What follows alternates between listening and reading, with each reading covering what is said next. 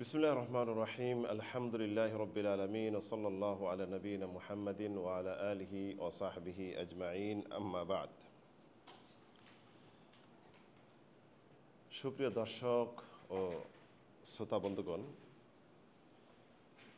আমরা গত কয়েকটি প্রোগ্রামে আকীদা সংক্রান্ত বিষয়ে আলোচনা করে আসছিলাম। আজকে ইনশাআল্লাহ আমাদের ধারাবাহিক যে আলোচনা রয়েছে এবং একটা পাঠ্যক্রম একটা বই যে রয়েছে, এই অনুযায়ী আজকে আকীদার শেষ ক্লাস ইনশাআল্লাহ আমরা করব। পরবর্তীতে এই ভিত্তিতে আমরা আগামী সোমবার আকীদা এই চ্যাপ্টারটুকু তো আমরা পরীক্ষা নেব ইনশাআল্লাহ।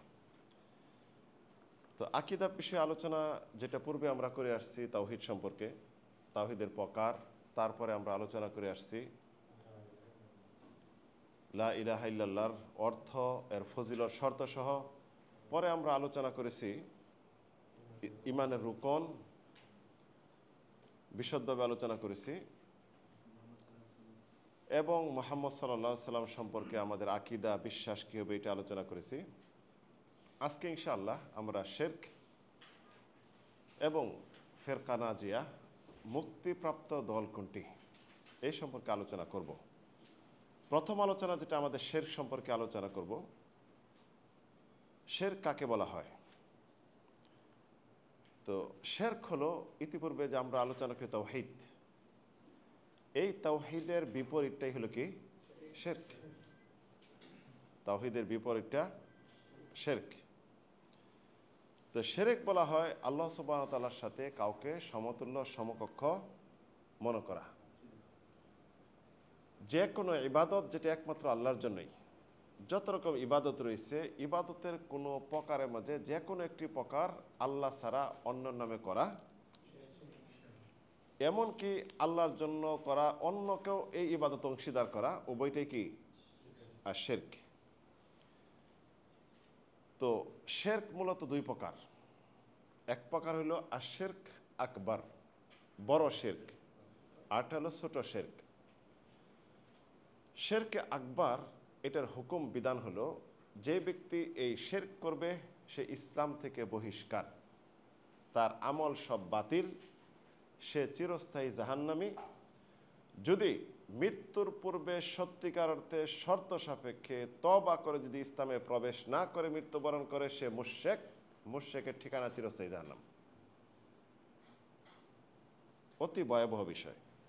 এটা হলো বড় শিরক। তো বড় শিরকের মাঝে অনেক প্রকার রয়েছে। কিভাবে বড় শিরক হয়ে থাকে?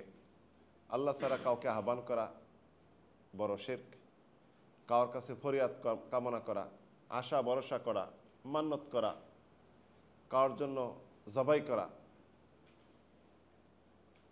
আল্লাহ সুবহানাহু ওয়া তাআলা ছাড়া অন্য কাছে চাওয়া, এই সব হলো শিরকে আকবার। তো শিরকে আকবার এই অবস্থায়, শিরক করা অবস্থায় যে মৃত্যুবরণ করে সে জাহান্নামী, এ বিষয়ে দলিল রয়েছে। রাসূলুল্লাহ ইরশাদ করেছেন, মান মাতা ওয়া হুয়া ইয়াদউ মিন দুনিল্লাহ দাখালান নার। যে ব্যক্তি মৃত্যুবরণ করলো এই অবস্থায় যে আল্লাহ ছাড়া অন্যকে আহ্বান করে, সে জাহান্নামী। অন্যত্র আল্লাহ রাব্বুল আলামিন এই সম্পর্কে ইরশাদ করেছেন যে শিরক গুনাহ সবচেয়ে বড় গুনাহ। আল্লাহ রাব্বুল আলামিন শিরক গুনাহ ক্ষমা করবেন না। এই সম্পর্কে বলছেন, ইন্নাল্লাহা লা ইয়াগফিরু আন ইউশরাকা বিহি ওয়া ইয়াগফিরু মা দুনা যালিকা লিমান ইয়াশা ওয়া মান ইউশরিক বিল্লাহি ফাকাদ দাল্লা দালালান বাঈদা। যে আল্লাহ রাব্বুল আলামিন শিরক গুনাহ ক্ষমা করবেন না কখনো। শিরক ছাড়া অন্য অন্য গুনাহ যে রয়েছে, যেটা শিরক নয়, সেটা যে ইচ্ছা করে তিনি ক্ষমা করতে পারেন। শিরক গুনাহ আল্লাহ রাব্বুল আলামিন ক্ষমা করবেন না। যে ব্যক্তি শিরক করলো সে একদম পথভ্রষ্ট এবং সে চিরস্থায়ী জাহান্নামী, আল্লাহ রাব্বুল আলামিনের রহমত থেকে সে বঞ্চিত। অন্যতে আল্লাহ রাব্বুল আলামিন ইরশাদ করেছেন, ইন্নাহু মান ইউশরিক বিল্লাহ ফাকাদ হাররামাল্লাহু আলাইহিল জান্নাহ ওয়া মাওয়াহুন নার ওয়া মা লিয-যালিমিনা মিন আনসার। যে ব্যক্তি আল্লাহর সাথে কাউকে শিরক করলো, অংশীদার করলো, আল্লাহ রাব্বুল আলামিন তার জন্য জান্নাত হারাম করে দিবেন। তো জান্নাত যদি কারোর জন্য হারাম, ঠিকানা কোথায়? জাহান্নাম। এই হলো প্রথম। দ্বিতীয় হলো ওয়া মাওয়াহুন নার, তার ঠিকানা হলো জাহান্নাম। ওয়া লিয-যালিমিনা মিন আনসার, এই সমস্ত জালেম অত্যাচারী ব্যক্তির জন্য কিয়ামতের দিন কোনো সাহায্যকারী থাকবে না। অন্যতে আল্লাহ সুবহানাহু ওয়া তাআলা ইরশাদ করেছেন যে শিরকের সব আমল বরবাদ, কবুল হবে না। ওয়া কাদিমনা ইলা মা আমিলু মিন আমালিন ফাজআলনাহু হাবাআম মানসুরা, কিয়ামতের দিন হাসরের মাঠে অনেক রকম অনেক ইবাদত নিয়ে আসবে, হজ নিয়ে আসবে, যাকাত নিয়ে আসবে, তাহাজ্জুদ গুজারি, পরোপকার, দান সদকা, অনেক কিছু নিয়ে আসবে। তো নিয়ে আসলেই কি হবে? ঠিকই নিয়ে আসছে, কিন্তু দেখা গেল সে মুশরিক, কাজে কর্মে ইবাদতে বন্দেগীতে শিরক করেছে। তো এই সমস্ত ইবাদত যে নিয়ে আসবে সেইগুলি আল্লাহ বলেছেন ও কাদিমনা, উপস্থিত হবে, আমাদের নিকট আসবে, ইলা মা আমিলু মিন আমাল, যে কোনো আমল নিয়ে আসে না কেন, ফাজআলনাহু হাবাআম মানসুরা, সবগুলি আমি একদম দুলি কুনার নে তোলার মতো উড়িয়ে দিব।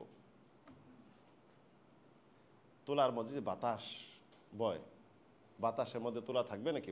থাকবে না, সব আল্লাহ রাব্বুল আলামিন উড়িয়ে দিবে। তে শিরক যেটা সবচেয়ে বড় অপরাধ, আল্লাহ সুবহানাহু ওয়া তাআলা আপনাকে সৃষ্টি করেছেন, আপনাকে রিজিক দিচ্ছেন, একান্ত একমাত্র আল্লাহ সৃষ্টি করেছে উদ্দেশ্য নেই। উদ্দেশ্যটা কি? একমাত্র কেবলমাত্র শুধুমাত্র তার ইবাদতের উদ্দেশ্য, অন্য কোনো উদ্দেশ্য না। তো এই ইবাদতের উদ্দেশ্য যে আল্লাহ সুবহানাহু সৃষ্টি করেছেন আপনাকে, এই ইবাদত আল্লাহর জন্য না করে অন্য কারোর জন্য করা। তো ইবাদত হলো, ইতিপূর্বে উল্লেখ করেছি যে মুসলিম জাতির প্রত্যেকটি কথা, কাজ, গোপনে হোক প্রকাশ্যে হোক, যেটা আল্লাহ ভালোবাসেন, যেই কথা আল্লাহ খুশি হন, সেটা হলো ইবাদত। ইবাদত একমাত্র আল্লাহর জন্যই করতে হবে, যেহেতু পরকালের বিষয়, আল্লাহর সন্তোষমূলক বিষয়। ইবাদতের যে কোনো প্রকার আল্লাহর জন্য, অন্য কারোর জন্য করা যাবে না।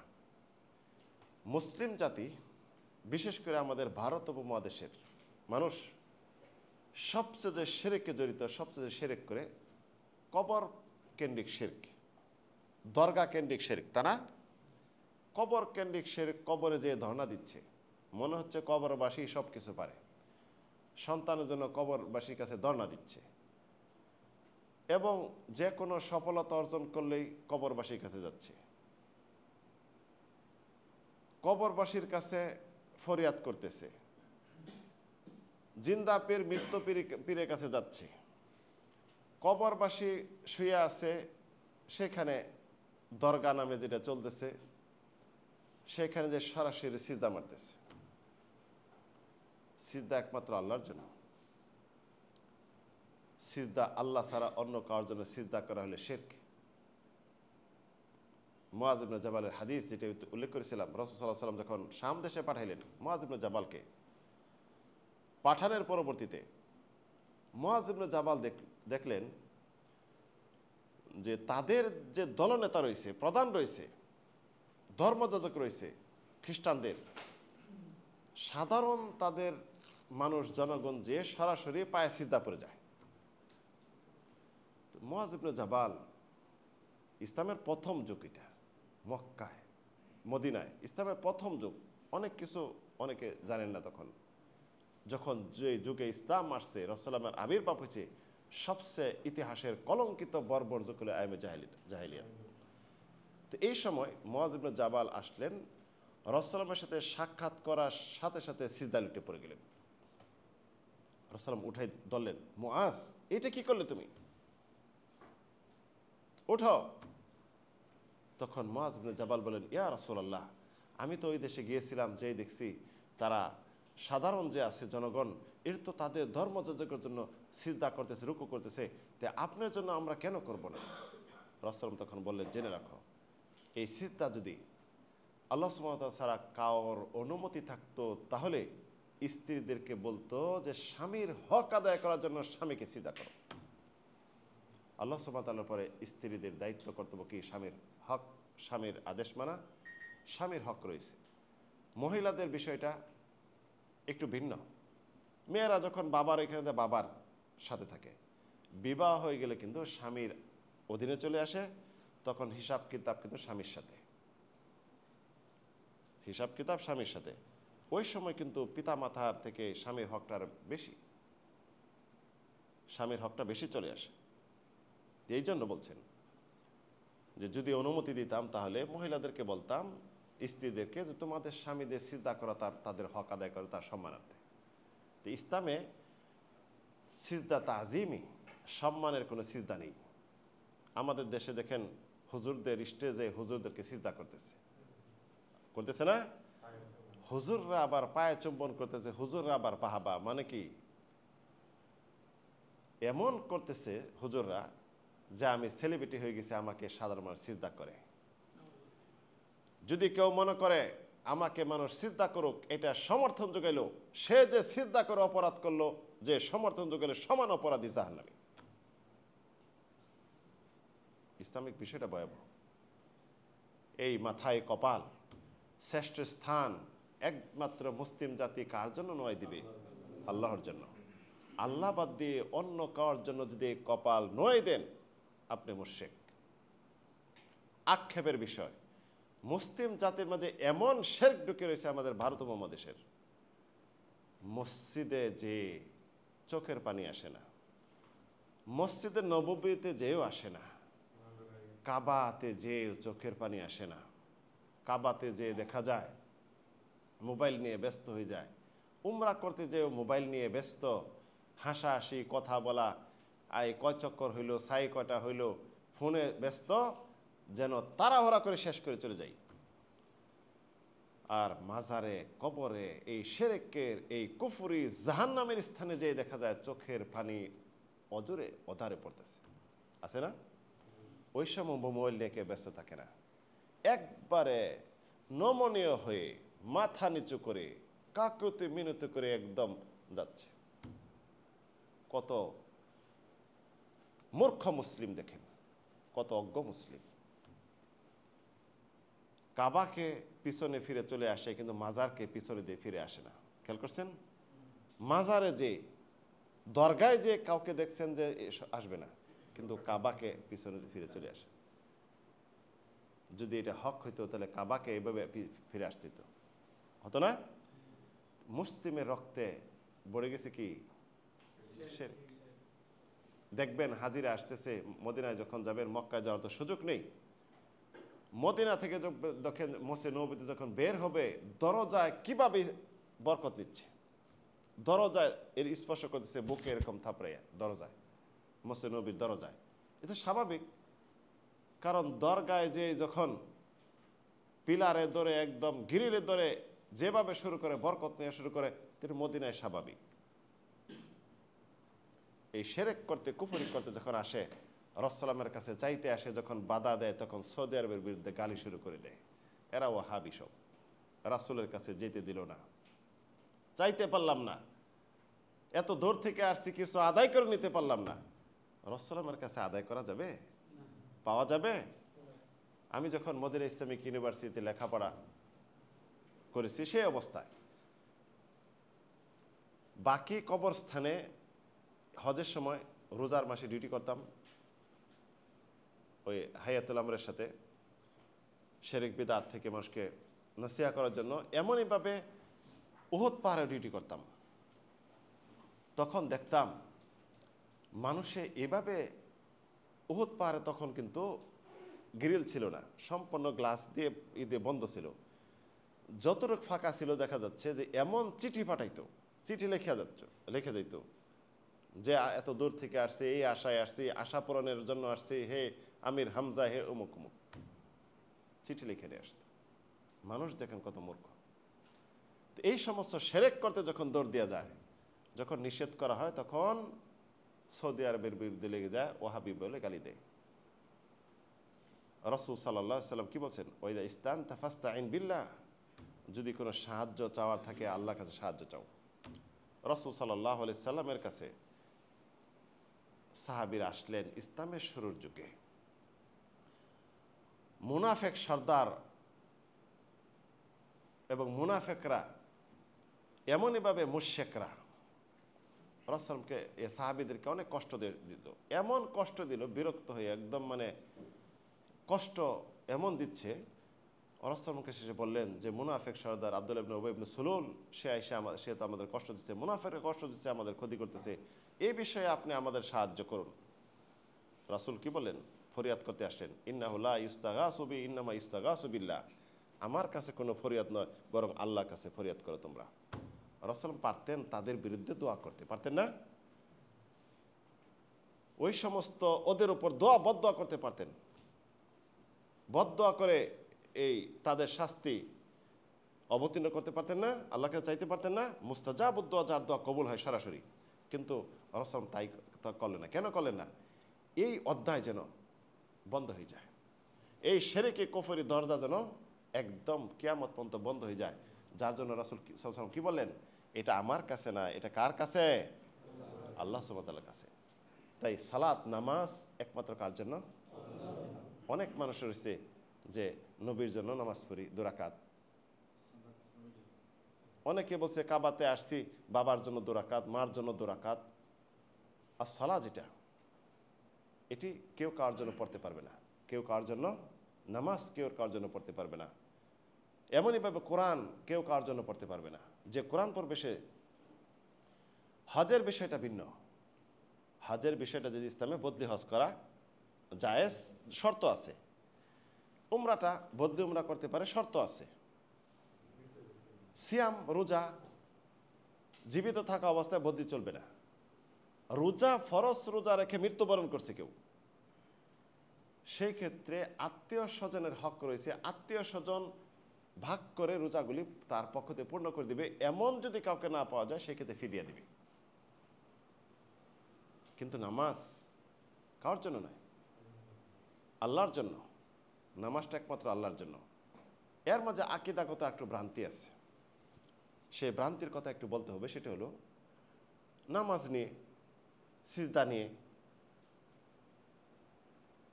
উল্লেখযোগ্য কিছু বক্তা আমাদের খুব মনে হয় যে একদম সবার প্রিয় হয়ে গেছে। কিছু বক্তা আছে, ফিল্ডে বক্তব্য দেয়, লাখ লাখ মানুষ উপস্থিত হয়, বলে আমরা যে সিজদা দেই আল্লাহর কুদরতি পায়ে সিজদা, আছে না? বলে না? হুজুরা বলে না? সিজদা কোথায়? আল্লাহর কুদরতি পায়ে। কোরআন সুন্নাহয় কোথায় আছে?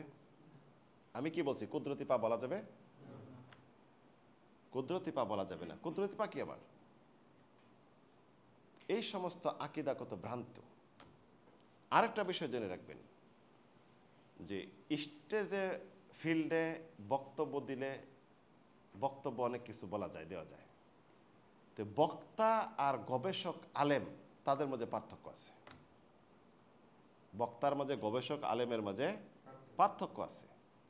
বক্তারা দেখবেন কিসসা কাহিনী বলতেছে, আর এখন আর বক্তার বক্তব্য সিস্টেম ভিন্ন হয়ে গেছে।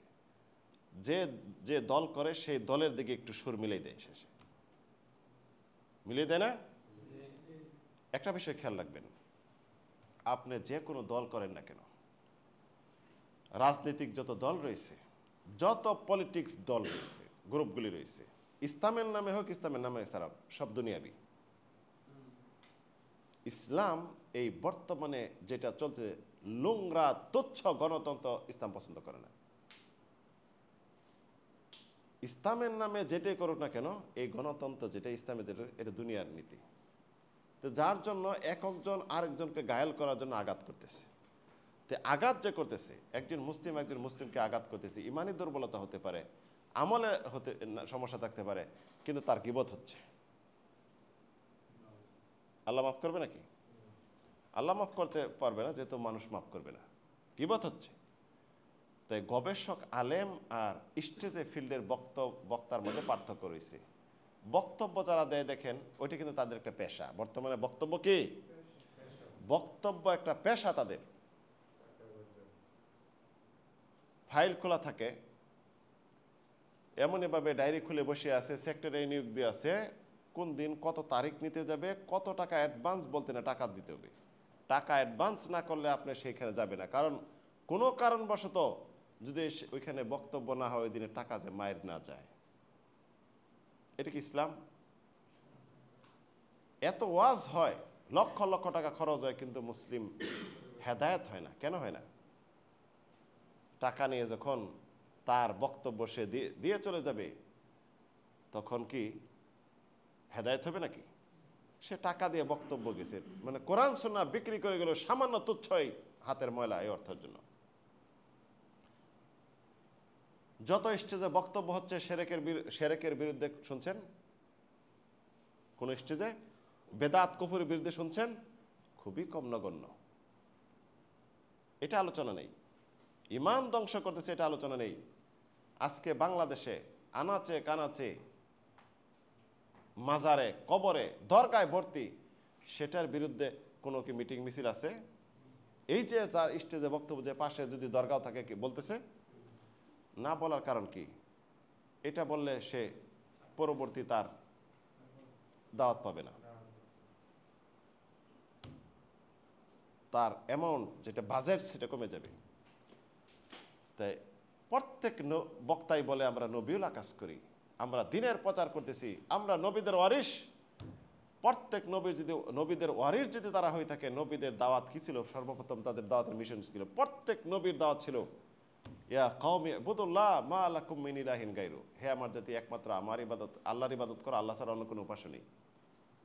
হে আমার জাতি, হে আমার বংশ, প্রত্যেক নবীর প্রথম দাওয়াত ছিল একমাত্র আল্লাহর ইবাদত করো, আল্লাহ ছাড়া অন্য কোনো উপাস্য নেই। আল্লাহ সুবহানাহু ওয়া তাআলা যার জন্য আসমান জমিন সৃষ্টি করেছেন, কালেমা লা ইলাহা ইল্লাল্লাহ বাস্তবায়নের জন্য, এটা নেই। তো যার জন্য দেখা যাচ্ছে যে এই বিষয়ে কোনো বক্তব্য নেই। শিরক, বিদআত, কবর পূজা, মাজার পূজা, এটি এখন মানুষ, সাধারণ মানুষ এমনই করে নিছে যে হুজুররা তো বক্তব্য দেয় না, এই বিষয়ে তো কোনো ওয়াজ মাহফিলে হয় না, এটা মনে হয় জায়েজ করে যাই, যার যার ব্যবসা, যার যার পুঁজি চলতেছে। তো শিরক যখন করা হয় সেখানে কিন্তু নিরাপত্তা থাকে না, নিরাপত্তা বিঘ্নিত হয়, আল্লাহর গজব আসে। বাংলাদেশে নিরাপত্তা আছে নাকি বলেন? আল্লাহর গজব আসতেছে না? এটা আল্লাহরই কথা। যেখানে আল্লাহর একাত্মবাদ যেখানে হয়, প্রতিষ্ঠিত হয় না, যেখানে শিরক হয়, কুফরি কাজ হয়, সেখানে আল্লাহ সুবহানাহু ওয়া তাআলা নিরাপত্তা উঠাই নেন এবং আল্লাহর গজব দেন। সৌদি আরবে কি কোনো নিরাপত্তার সমস্যা আছে?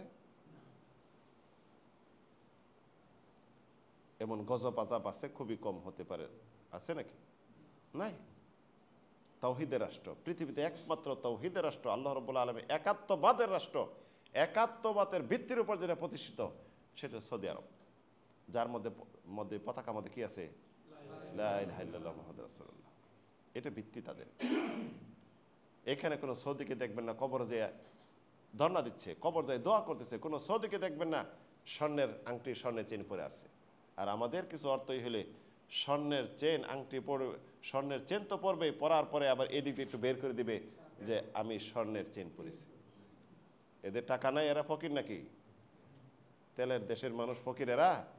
এদেরকে চেন পরতে দেখছেন? এরা কবর যায় ধর্ণা দিছে কখনো? দেখবেন কিছু সৌদির আছে, যখন জানাজা শেষে দাফনের জন্য কবর খুলে দেওয়া হয়, মানে এই গেট খুলে দেওয়া হয় কবরস্থানের, যার যার বাবা মার কাছে কবরের পাশে দোয়া করতেছে, যার যার বাবা মার কবরের পাশে যে দোয়া করতেছে, বাবা মার যার দোয়া করতেছে পাবেন। এছাড়া কাউকে পাবেন না যে ফরিয়াদ করতেছে, চাচ্ছে, কাউকে পাবেন না। কারণ তারা শিরক বুঝে, কুফরি বুঝে, তারা আল্লাহ রাব্বুল আলামিনের একাত্মবাদের উপর প্রতিষ্ঠিত এটা সৌদি আরব। যার জন্য রাসূলের কবরের সামনে যে দোয়া করতেছে, পুলিশরা ফিরে দিচ্ছে ওইদিকে। কারণ দোয়া করবে কোন দিকে? ফিরে কাবার দিকে, কেবলার দিকে। দোয়া করবে কার কাছে? আল্লাহর কাছে। তো বাংলাদেশের রাসূলের কবরের পাশে দোয়া করে, কার কাছে দোয়া করে? কার কাছে চায়? সাধারণ যখন পীরদের কাছে চাইতে পারে, দরগায় যেয়ে চাইতে পারে, রাসূলের কাছে আসে তো রাসূলের কাছে চাবেই, চাবেই। এমন প্রদবষ্ট রয়েছে, এমন বেদাতে রয়েছে যে সবচেয়ে আমাদের পাওয়া হইল রাসূলকে যখন সালাম দেই, সালামের উত্তরটা আসে ওয়ালাইকুম আসসালাম ওয়া রাহমাতুল্লাহ। বেদাতিরা আসছে সালামের উত্তর পায় সৌদি আরবে। আসমত রাসূলের মৃত্যুর পর, রাসূল সাল্লাল্লাহু আলাইহি মৃত্যুর পর সবচেয়ে শ্রেষ্ঠ উম্মতের শ্রেষ্ঠ ব্যক্তি হলো আবু বকর সিদ্দিক রাদিয়াল্লাহু আনহু। তার স্ত্রীগণ, জান্নাতের সুসংবাদবদ্ধ সাহাবীগণ কোনোদিন সালামের উত্তর পেলেন না, কবর থেকে আসলো না কোনোদিন সালামের উত্তর। আর বেদাতিরা আসে নাকি সালামের উত্তর পায়, কানে শুনে। এই সমস্ত কথা তো আপনারা সৌদি আরব না আসে জানতে পারতেন না, পারতেন নাকি?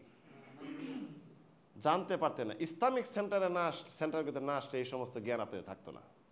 আপনারা ভাবতে পারতেন যে আমাদের সালাম না আসলো, আমরা গুনাহগার, যারা পীর সুফি দরবেশ এবং সেরেক কুফরি করতে যারা আসে ওদের উত্তর মনে আসলেই পাওয়া যায়, কারণ এত আলখেল্লা পরা, এত ভুড়ি মোটা। কিন্তু ইসলামিক সেন্টার আসার পরে আপনারা এই ব্রেনটা আল্লাহ খুলে দিয়েছে, বুঝতে পারছেন যে হেদায়েতে আসার পরে বুঝতে পারছেন যে শিরক কাকে বলে, বিদআত কাকে বলা হয়, এবং সঠিক রাসূল সাল্লাল্লাহু আলাইহি ওয়াসাল্লাম কোনো উত্তর দিতে পারবেন কিনা বা দিছেন কিনা আদৌ মৃত্যুর পর। রাসূল সাল্লামের মৃত্যুর পর লাশ কয়দিন উপরে ছিল? 2.5 দিন। কেন? খলিফা নিযুক্ত কি হবে, জানাজাকে পড়াবে, বিভিন্ন এর জন্য। রাসূল তখন বলতে পারতেন আবু বকরকে তোমরা খলিফা বানাই নাও, তার হাতে বায়াত পরা আমাকে তাড়াতাড়ি দাফন করো। পারতেন না? লাশ পৃথিবীতে থাকতেই বলতে পারলেন না, কবরে যায় নাকি তাদের সালামের উত্তর দেয়। রাসূলুল্লাহ কয় জিন্দা নবী, হায়াতুন নবী। হায়াতুন নবী এর ব্যাখ্যা আমরা বলবো, হায়াতুন নবী এই পৃথিবীর জীবনে সে জীবিত নন, পরকালের জীবনে জীবিত, যেভাবে আল্লাহ রাব্বুল রাখছেন। এর প্রতি ঈমান, এটা জানতে হবে, আপনাদেরকে বুঝতে হবে। তো যাই হোক, শিরক বিদআতে পরিপূর্ণ আমাদের দেশ। এই সমস্ত বড় শিরক, নামাজ, রোজা বলেন, হজ বলেন, যাকাত বলেন, মান্নত বলেন, এই ফরিয়াদ বলেন, সাহায্য বলেন, যে কোনো এই ইবাদতগুলি যে আছে, প্রকারগুলি রয়েছে, আল্লাহ বাদ দিয়ে অন্য কারোর কাছে করা হলে শিরক আকবর, বড় শিরক। বড় শিরকের পরিণাম হলো চিরস্থায়ী জাহান্নামে, সে আল্লাহর কখনো সাহায্য পাবে না এবং তার আমল আল্লাহ কবুল করবেন না, এবং তার আমল আল্লাহ রাব্বুল আলামিন সব বরবাদ করে দিবেন। শিরক মিশ্রিত আমল আল্লাহ বরবাদ করে দিবেন। আল্লাহ রাব্বুল স্পষ্ট করেছেন, ওয়ালাউ আশরাকু লাহাবিতা আনহুম মা কানু ইয়ামালুন, যদি তারা শিরক করে তাদের আমল সব বরবাদ করে দেব আমি। দ্বিতীয় প্রকার শিরক আসগার, ছোট শিরক। ছোট শিরক কাকে বলা হয়? ছোট শিরক হলো বড় শিরকের মতো নয়। ছোট শিরক যদি করে ইসলাম থেকে সে বহিষ্কার নয়, চিরস্থায়ী জাহান্নামী নন। ইসলাম থেকে বহিষ্কার নয়, চিরস্থায়ী জাহান্নামী নন, তবে তার ঈমান আমলে কমতি ঘাটতি, আল্লাহ রাব্বুল আলামিনের একাত্মবাদে কমতি ঘাটতি, তার বিশ্বাসে কমতি ঘাটতি, এই জন্য হতে পারে আল্লাহ শাস্তি দিবেন, হতে পারে আল্লাহ তাকে মাফ করে দিবেন। রাসূল সাল্লাম সবচেয়ে বেশি ভয় পেয়েছেন আমাদের উপর এই শিরক আসগার থেকে, যার জন্য বলছেন আখওয়াফু মা আখাফু আলাইকুম শিরকাল আসগার, আমি সবচেয়ে তোমাদের উপর ভয় পাই ছোট শিরক। সবচেয়ে ভয় পাই কিসের? ছোট শিরকের সবচেয়ে বেশি ভয় পাই। সাহাবীরা তখন রাসূল সাল্লাল্লাহু আলাইহি সাল্লামকে বললেন যে ছোট শিরক কি? রাসূল সাল্লাম তখন বললেন আর রিয়া, লোক দেখানো, লোক শোনানো কিছু কাজ করা। লোক দেখানো, লোক শোনানো, ইবাদত করা, ভালো কোনো কাজ করা, এটা কি? শিরকে আসগার, ছোট শিরক। তাহলে ছোট শিরকের উদাহরণ হলো রিয়া, লোক দেখানো, লোক শোনানো। এমনভাবে উদাহরণ হলো যদি আল্লাহ চায় অমুক চায়, এটা শিরকে আসগার, ছোট শিরক। এমনইভাবে ছোট শিরকের উদাহরণ হলো এক ব্যক্তি আসলেন, আসার পরে বলল, রাসূল সাল্লাল্লাহু আলাইহি ওয়াসাল্লাম এটা শুনে ফেলেন কানে, মাশা আল্লাহ শিতা, আপনি যদি আল্লাহ যদি চান এবং আল্লাহ আপনি যদি চান, এই কাজটা যদি আল্লাহ চায় এবং আপনি চাইলে হয়ে যাবে। রাসূল সাল্লাল্লাহু আলাইহি ওয়াসাল্লাম কি বলেন তখন?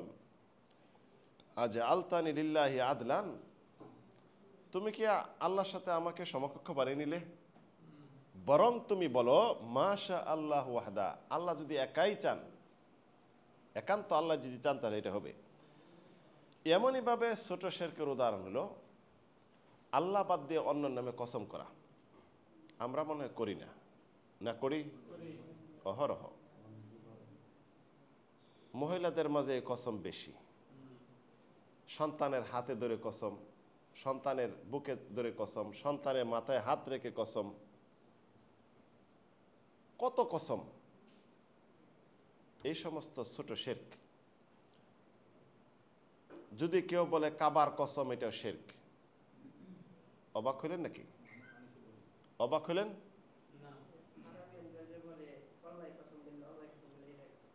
ঠিক আছে, আল্লাহর কসম, কসম বিল্লাহ, আল্লাহর কসম। কাবার কসম বলা যাবে কিনা? কাবার কসম বলা যাবে না, বরং বলতে হবে রব্বুল কাবা, কাবার প্রতিপালকের কসম, কাবার মালিকের কসম। কাবার কসম বলা যাবে না। অনেকে বলে কোরআনের কসম, কোরআন ধরে, কোরআনের কসম সঠিক হবে না। যদিও কোরআন আল্লাহর কালাম, তারপরও কি আল্লাহর কসম বলতে হবে। আল্লাহ বাদ দিয়ে অন্য কারোর নামে কসম করা, এটা কি ছোট শিরক। আমানতের কসম, আমার জীবনের কসম, এবং এরকম কসম রাসূলুল্লাহ বলেছেন মান হালাফা বিগাইরিল্লাহ ফাকাত কাফারা ওয়া আশরাক। যদি কেউ আল্লাহ বাদ দিয়ে অন্য কারোর নামে কসম করলো, সে কুফরি করলো এবং শিরকি করলো। এমনইভাবে শিরকে আসগারের আরও উদাহরণ রয়েছে, আরও অসংখ্য উদাহরণ রয়েছে। সেই উদাহরণের মাঝে সেটি হলো নিজের রোগ, ভালা, মুসিবত, বিপদ, আপদ সব থেকে মুক্তি পাওয়ার জন্য তাবিজ, মাদুলি, বালা, তাগা, এবং দেখা যায় অনেক বালা লাগায়, এটি কিসের? আংটি লাগায়, অষ্টধাতুর আংটি। পিতলের বালা লাগায় যে শরীরের দুর্বলতা কমবে, রসবাত, আমার শরীর ব্যথা করে, এটা কমবে, আছে না? এমনইভাবে দেখা যায় যে জ্বর আসলে বা কি আসলে গাছের কি শিকড় কি বেঁধে দেয়, এখানে তাবিজ, এখানে কবচ, সুতা পড়তেছে, বাচ্চাদের দেখা যায় সুতা পড়তেছে, এগুলো কি? এগুলো ছোট শিরক, এই শিরকের অন্তর্ভুক্ত। এটি যদি পরিধান করে, এই ধারণা করে এই তাবিজ, এই মাদুলি, এই বালা, তাগা, এই অষ্টধাতু, সপ্তম ধাতু, যত ধাতুর আংটি রয়েছে, এটা আমাকে উপকার করতে পারে, ক্ষতি করতে পারে, তখন এটা শিরক আকবার হবে, বড় শিরক হবে। এই সমস্ত উপকার ক্ষতি করতে পারবে কিনা? অধিকার আছে? পাওয়ার আছে? কিছুই নেই, তখন কি হবে? এটা তখন বড় শিরক হয়ে যাবে। তাহলে তাবিজ কবজ, তাবিজ কবজ কি শিরক? এই বিষয়ে একদিন আলোচনা করবো ইনশাল্লাহ। তাবিজ কবজ, বালা, তাগা, মাদুলি, সুতা, এটা হলো শিরক। এই বিষয়ে আমার একটা আলোচনা ইউটিউব চ্যানেলে শুনে নেবেন। আক্ষেপের বিষয়ে এখন তাবিজ দেয় কারা? হুজুররাই বেশি দেয়। তাবিজ দেয় মসজিদের ইমাম সাহেবরা। তাদের কাছে জাফরানের কালি, লাল কালি, জাফরানের কালি আছে, বলে যে জাফরানের কালি দিয়ে এটা লিখে দিয়ে এটা তাবিজ। অনেক ভাই বলতে পারেন কোরআন দিয়ে তাবিজ।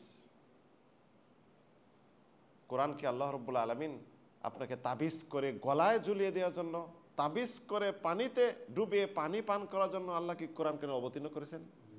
কোরআনে কারীম আল্লাহ রাব্বুল আলামিনের কথা অবতীর্ণ করেছেন, কোরআন কারীম তেলাওয়াত করবে, এই অনুযায়ী আমল করবে। এই জন্য একজন মুসলিমের অন্তরে কোরআন নেই, সূরা মুখস্থ নেই, তো সেগুলি পড়লে যথেষ্ট নয়। একজন মুসলিমের বাড়িতে কোরআন, পরিপূর্ণ কোরআন নেই, এটা থাকা সত্ত্বেও আপনাকে একটা সূরা বলে একটা আয়াত পরে আমি দিয়ে দিছি, এটা তাবিজে ব্যবহার করেন, শৈলে রাখেন, শৈল বন্দি করে দিছি, তখন মানুষের সম্পূর্ণ বিশ্বাস জায়গা যে আমাকে কেউ ক্ষতি করতে পারবে না, এই তাবিজই আমাকে রক্ষা করবে। আল্লাহ সুবহানাহু ওয়া তাআলার প্রতি ভরসা বাদ দিয়ে ভরসা যখন চলে আসে, তখন কি হলো? শিরক করলো, শিরক, মুশরিক হয়ে গেল। সে ঘর বন্ধ করে, এই বন্ধ করে, অমুক বন্ধ করে। আপনার বাসায় যখন পরিপূর্ণ কোরআন রয়েছে, তখন একটি আয়াতে আপনাকে কি হবে? কোরআনে কারীম যে আপনি তাবিজে বরে দেওয়া হলো, এখানে ঝুলে দেওয়া হলেন, আপনি টেনে টয়লেটে যাচ্ছেন না? রাসূল সাল্লাল্লাহু আলাইহি সাল্লামের একটি আংটি ছিল, আংটিটি তিনি সিলমোহর মারতেন, লেখা ছিল আল্লাহ মুহাম্মদ রাসূল, আল্লাহ মুহাম্মদ রাসূল, আল্লাহ মানে আল্লাহ নামটা উপরে, তারপরে রাসূল, শেষে কি মুহাম্মদ, উপর নিচে। এটা দেখি সিল মারতেন। রাসূলুল্লাহ ওই আংটিটা যখন পরা অবস্থায় কখনো টয়লেটে যাইতেন না, খুলে যাইতেন, কেন? আল্লাহর নাম আছে। আর আমরা আংটি ব্যবহার করি, বলছে হুজুর হাদিসে কোরআনের আয়াত, এটা টয়লেটে যাচ্ছেন না আপনি? কোরআনের অবমাননা হচ্ছে না? এই জন্য এই সমস্ত হলো শিরক। অথচ এই সমস্ত দিচ্ছে হুজুরাই দিচ্ছে। এই তাবিজ কবজ যারা দেয়, এদের আকীদাগত সমস্যা আছে, আকীদাগত সমস্যা। রাসূল সাল্লাল্লাহু আলাইহি ওয়াসাল্লাম তার নাতি হাসান হুসাইনকে দোয়া পড়ে দিছেন, বাইরে যখন যাইতেন দোয়া পড়ে দিছেন। যাই হোক, আজকে এই সংক্ষিপ্ত শিরকের আলোচনা যে বড় শেরক, যেটি ঈমান বিদ্বেষী, ইসলাম থেকে বহিষ্কার, শেরক আকবার, যে বড় শেরক যে করে সে চিরস্থায়ী জাহান্নামী, পূর্বের আমল সব তার বাতিল। সেটি হলো আল্লাহ সুবহানাহু ওয়া তাআলার যে যত প্রকার ইবাদত রয়েছে একমাত্র আল্লাহর জন্য, অন্য কারণ নামে, এটা হলো কি শেরকে আকবার। ছোট শেরক হলো ইসলাম থেকে বহিষ্কার নয়, আল্লাহ সুবহানাহু ওয়া তাআলার ইচ্ছা হতে পারে আল্লাহ মাফ করবেন, হতে পারে তাকে শাস্তি দিবেন। তবে কিছু কিছু পর্যায়ে যদি এটা মনে করে যে এটা ভালো মন্দর এই জিনিসটাই মালিক, যেমন তাবিজ কবজ মাদুলি, তখন শেরকে আকবার হয়ে যাবে। এই হলো সারসংক্ষেপ আমাদের আজকে শেরকের বিষয়।